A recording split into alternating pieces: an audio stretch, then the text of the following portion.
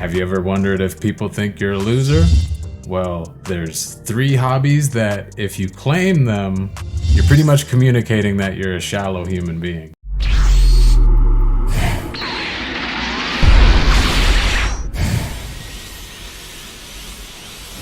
What's crackin', and welcome back to Unleashed Minds. I'm your host as always, Uncle Ram, and in today's episode, we're going to be going over the 3 top hobbies of losers. Something to note is that this video came about from our first Instagram poll where I asked for feedback from the Ram Squad. Now, out of 3 potential topics, only 2 of my people voted, and I want to shout them out for their support, and don't worry, I made sure that they were okay with me doing so. So, do me a favor and give them a follow at The Real Dwayne Eric and Dreamer206. Maybe you can be part of the decision-making process in my next poll. Anyway, back to our scheduled programming. Are you wondering what makes a person a loser? In my opinion, the concept of a loser is a person who uses their spare time for pathetic activities, and these activities are what they would consider as their hobbies. And what is a hobby? It's an activity done regularly in one's leisure time for pleasure. Now, within this definition, the term regularly should be highlighted and well understood, meaning that whatever it is can't be a hobby if it's not done regularly. All right? Are we on the same page? So without delay, let's jump into the number 1 hobby of losers.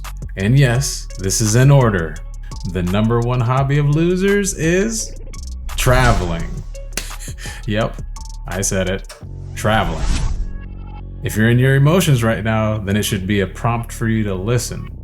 Now, in today's society, traveling by air has been made into a symbol of status and wealth, something done to show off a higher end lifestyle on social media. Is there anything wrong with that on the surface? No. But the problem lies beneath the breakdown. The issue here is that in comparison to all the people who do choose to travel, only a small minority can actually afford it. And the funny part is that the small minority of people who can actually afford it don't call it traveling. Yes, you can say this is anecdotal evidence, as I noticed it through my regional manager positions in 2 different international companies within the airline industry. Yeah, you can call it anecdotal, but I'd consider it more of the empirical type of evidence in this case, but to each their own. Anyway, they don't call it traveling because they understand the definition of the word, which is to go from one place to another, especially over a long distance. This literally means to get from point A to point B. So this small group of people have a strong grasp of the nuance that goes along with the act of traveling, since traveling is just a means to an end, and none of them actually enjoy the traveling part.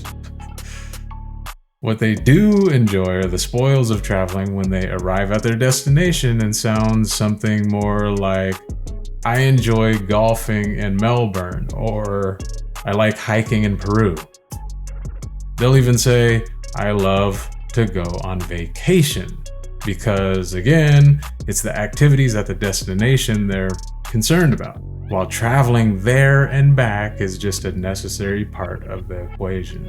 So why do people who can't afford it constantly say, I love to travel as a hobby then?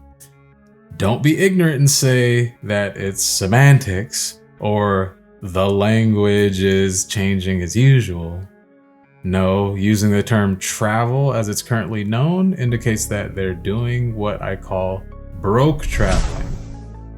Broke traveling is using the least expensive method to get from point A to point B while trying to make it look as expensive as possible with the expressed intent of shooting the best pictures by spending little to no money in order to create a facade on social media.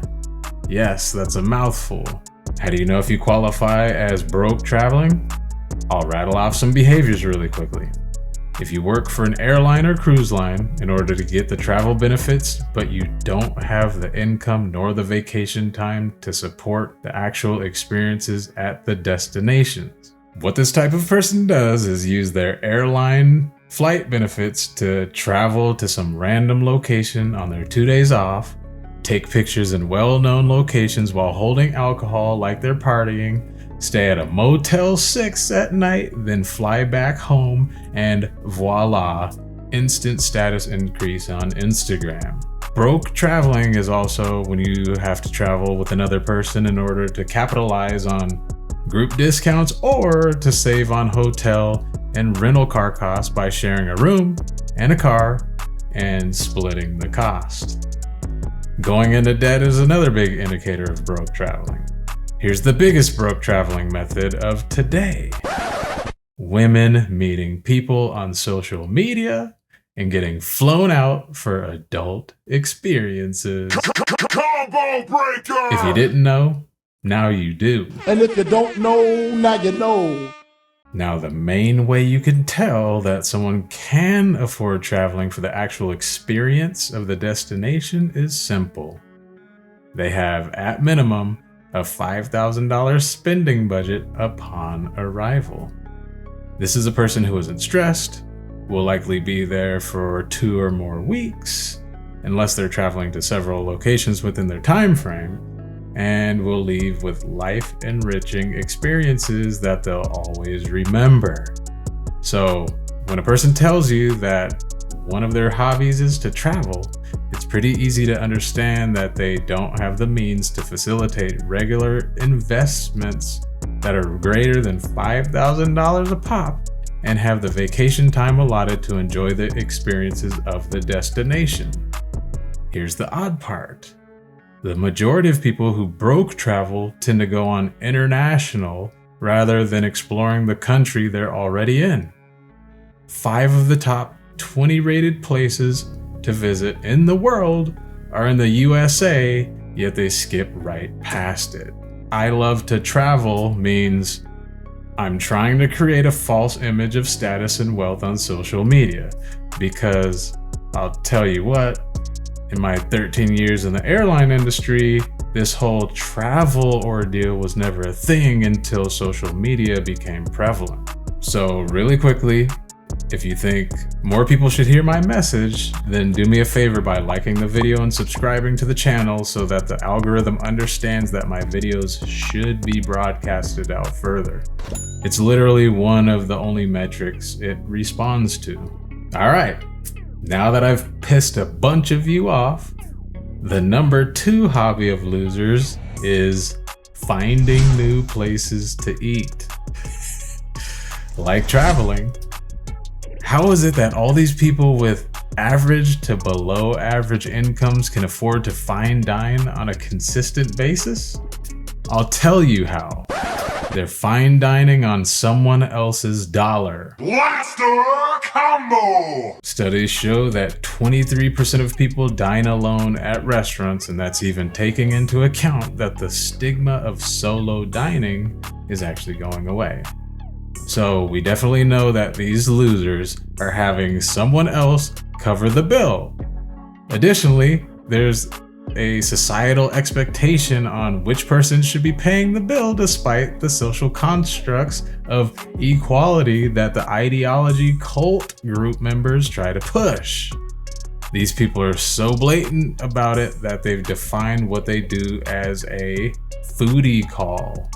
Yes, it's a play on words of the original term booty call, where someone invites another person over for the expressed intent of adult fun and nothing else.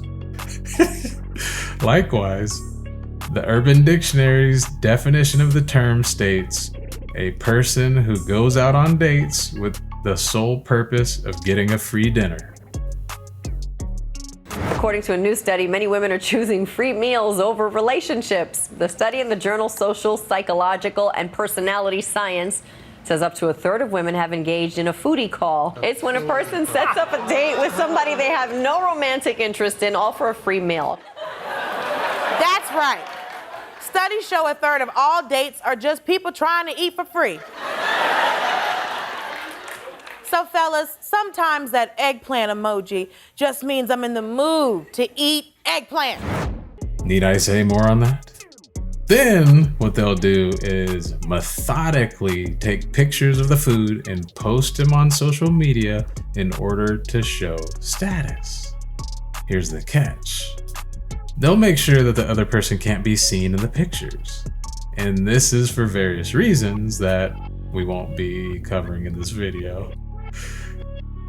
The other way these people are able to pay for lavish meals is by going to restaurants in groups and splitting the bill. But here's the caveat. The people in the group will order a plate of rice for everyone to share, along with lemon water to drink, which keeps the price as low as possible since they can't afford to be there in the first place. But it'll ultimately afford them the social media photo shoot they actually desired to begin with. There's a common thread here, right? Now, in contrast to the losers, the overwhelming majority of people who actually have the funds to regularly find new places to eat would much rather not do so for various reasons. First, they understand how unhealthy restaurant food is and actually enjoy home-cooked meals that are simple and clean. They also typically use fine dining for special occasions or as a convenience when preparing their own meals is not an option. In fact, the same ones who can afford to constantly eat at different restaurants employ personal chefs instead.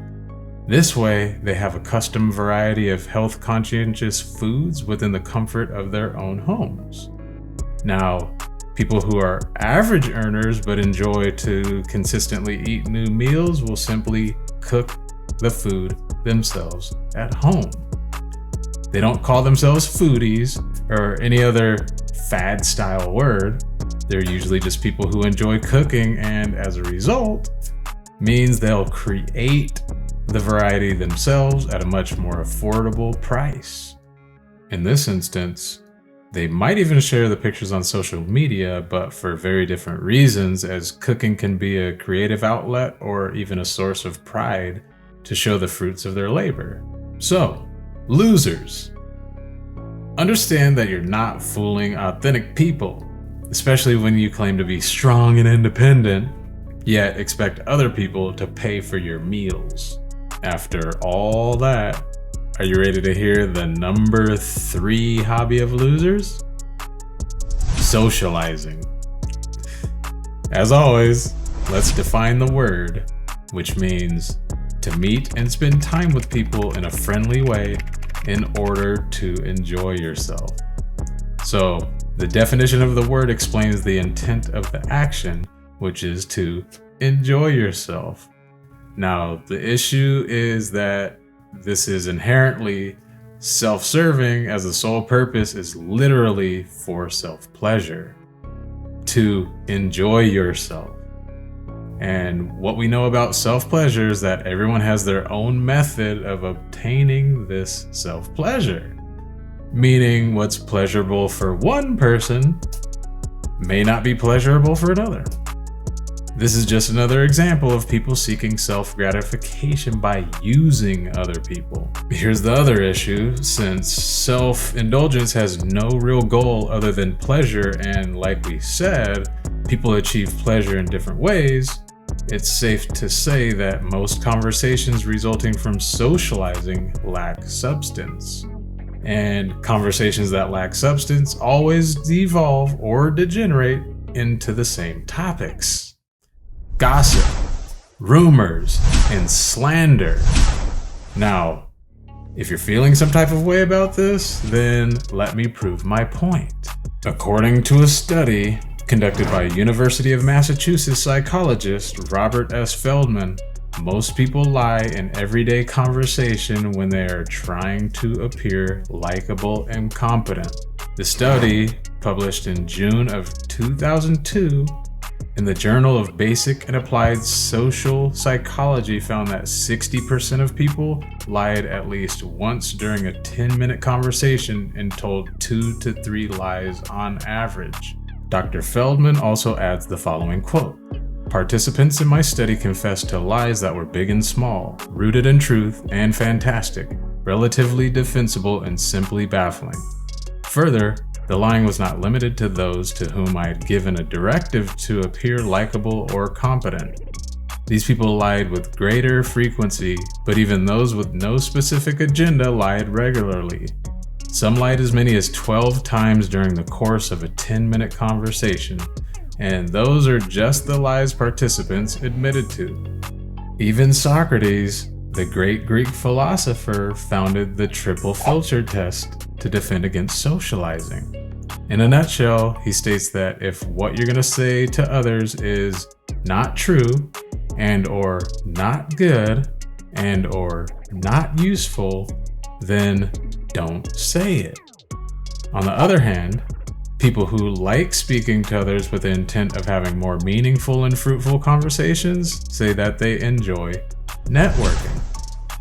Like socializing, networking has a goal that's expressed within its definition, but the difference is that it's conclusive. Networking is defined as the activity of meeting people who might be useful to know, especially in your job. So, rather than wasting everyone's time socializing like a loser, networking suggests that a person is seeking to add growth and value within their life. And here's a secret: the best networking strategy is figuring out how to add value to the other person's life. All in all, when females speak a little more than 16,000 words per day, and males speak a little less than 16,000 words per day, it becomes very clear that surface level interactions are mostly deceptive and disingenuous, which, in my book, is a complete waste of time. But to the losers, they love socializing so much that they consider it a hobby of theirs. So look, if you're a person who believes that time is a person's biggest asset, then you'd also understand that your hobbies should be pastimes that not only bring you peace, but also hone your personal skills and make you more valuable to others.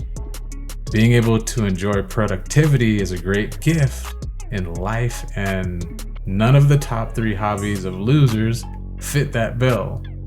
Broke traveling for the sake of falsifying status is a cheap magic trick at best. Instead, a person should focus on building themselves up so that they can actually enjoy an extended vacation without debt or schemes. Having people pay for dinners that you can't afford is a low-life form of manipulation that takes absolutely no skill at all. Just an ignorant person on the other side of the table to be taken advantage of. Instead, take on cooking as a hobby so that you can not only have whatever meal you want whenever you want, but also to have the pride in being able to create something that others can also enjoy. The use of lying as a social lubricant by pretending to be likable and competent in order to feel popular is pretty cowardly. And it actually says a lot about the person's insecurities, so just understand what's actually being communicated to people who can see through the BS. Instead, find people who live lives you'd also like to have one day and offer to provide them with some sort of value, because this is how true connections are born. If you have any of these loser hobbies, then use this as an opportunity to look inward and make improvements within yourself. I can guarantee with almost 100% accuracy that you don't have any hobbies if you claim any of the top 3 we've covered in this video. And you know what they say, idle time is the devil's playground and idle hands is the devil's workshop. So when you list any of these items as hobbies, then we definitely know what's up. You're on straight up demon time. So what do you guys think? Did I get it wrong? What's your opinion? Do you have any ridiculous experiences with loser hobbies? Leave a comment below and let me know. Also, you can find all of the sources for this episode linked in the description box below. If you want to be part of the Ram Squad, then make sure you like the video, subscribe to the channel, and don't forget to hit the bell notification so that you're alerted whenever I drop a new video. If you'd like insight on what I'm doing personally, feel free to follow me on Instagram at Uncle Ram MPU. I appreciate you watching the video, and be sure to share it with anyone who doesn't understand the impact on loser hobbies.